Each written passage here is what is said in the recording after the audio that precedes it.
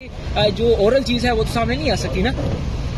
देखिए, फौज ने इलेक्शन बिल्कुल ठीक करवाए हैं। जो फॉर्म 45 है वो आज भी पूरा है। दोबारा इलेक्शन कराने की भी जरूरत नहीं, सिर्फ फॉर्म 45 इकट्ठे कर लें, उसके ऊपर सारे रिजल्ट क्लियर हो जाएंगे। और आपको क्या लगता है किस पार्टी के लोगों ने ये जीता है? फिर कमिश्नर साहब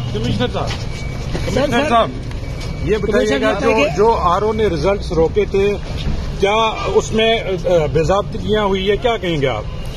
बिल्कुल बेज़ाब्तियां तो छोटा लफ्ज है। जो यहाँ पे हुआ है कि जो लोग आजाद उम्मीदवार 70, 80 हजार की लीड से जीत रहे थे, हमने उनको हरवाया है और उनके ऊपर जाली मोहरे लगा के सबको हरवाया।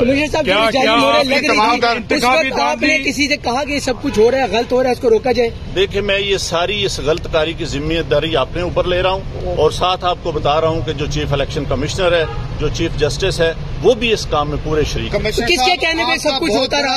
ये इतना सब कुछ हुआ, आखिर किसके कहने पे? आपके ऊपर कोई दबाव था? किसने ऐसा किया? मेरे ऊपर कोई दबाव नहीं है। मेरे बाप दादा भी अंग्रेजों के खिलाफ और सिखों के खिलाफ जंगें करते रहे हैं, लड़ते रहे हैं ये मुल्क बनाने के लिए। अब मैं इस मुल्क को तोड़ने का हिस्सा नहीं बन सकता। कमिश्नर साहब, आपने रावलपिंडी की बहुत बड़ी खिदमत की है, आपने बड़े बड़े मेगा प्रोजेक्ट में 24 घंटे काम किया है।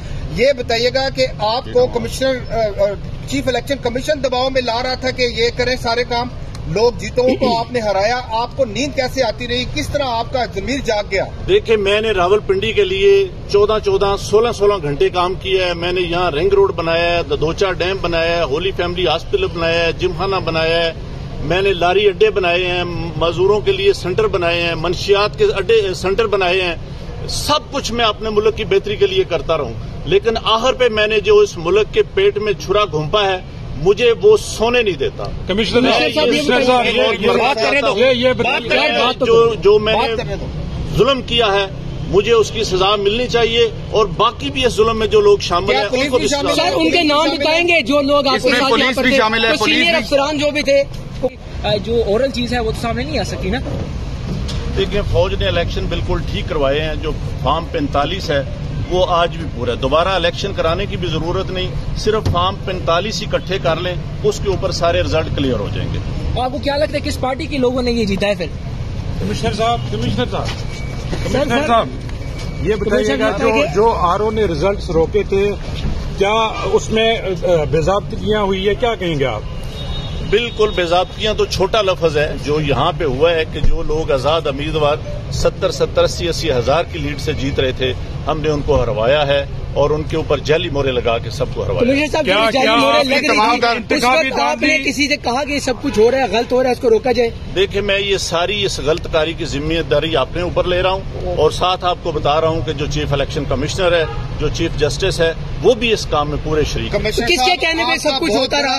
ये इतना सब कुछ हुआ, आखिर किसके कहने पे? आपके ऊपर कोई दबाव था? किसने ऐसा किया? मेरे ऊपर कोई दबाव नहीं है। मेरे बाप दादा भी अंग्रेजों के खिलाफ और सिखों के खिलाफ जंगें करते रहे हैं, लड़ते रहे हैं ये मुल्क बनाने के लिए।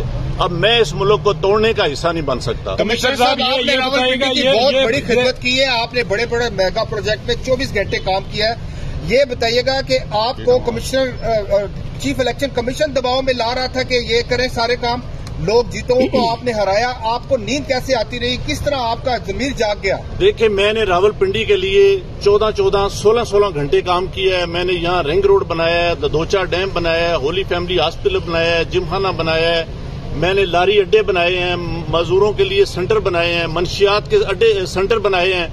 सब कुछ मैं अपने मुल्क की बेहतरी के लिए करता रहूं, लेकिन आखिर पे मैंने जो इस मुल्क के पेट में छुरा घुंपा है, मुझे वो सोने नहीं देता। कमिश्नर साहब, जो मैंने जुल्म किया है, मुझे उसकी सजा मिलनी चाहिए और बाकी भी इस जुल्म में जो लोग शामिल हैं उनको भी सजा। सर, उनके नाम बताएंगे जो लोग आपके साथ पुलिस भी शामिल है, सीनियर अफसरान जो भी थे।